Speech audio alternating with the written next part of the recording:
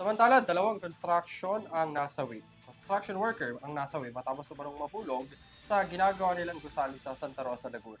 Nagbabalik si Dan Villegas. Nasawi ang dalawang construction worker matapos gumuho ang scaffolding na kanilang tinatayuan sa Santa Rosa, Laguna. Nabaon ang dalawang biktima sa gumuhong mga materyales, ngunit agad din namang nailigtas ng mga responders. Ayon sa mga otoridad, ang mga biktima ay 29 at 42 years old. Base naman sa ulat ng mga kapulisan ng lugar, nagbubuhos lang umano ng simento ang dalawa nang bigla na lamang nag-collapse ang nasabing scaffolding. Naidala pa ang mga ito sa ospital upang bigyan ng medikal na atensyon, ngunit agad ring binawian ng buhay. Sinuspinde naman ni Santa Rosa City Mayor Arlene Arcilas ang pagsasagawa ng naturang mall dahil sa nangyaring insidente.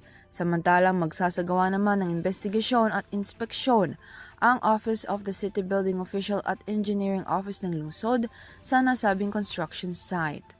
Para sa URTV News, Dan Villegas sumasaludo sa bawat Pilipino.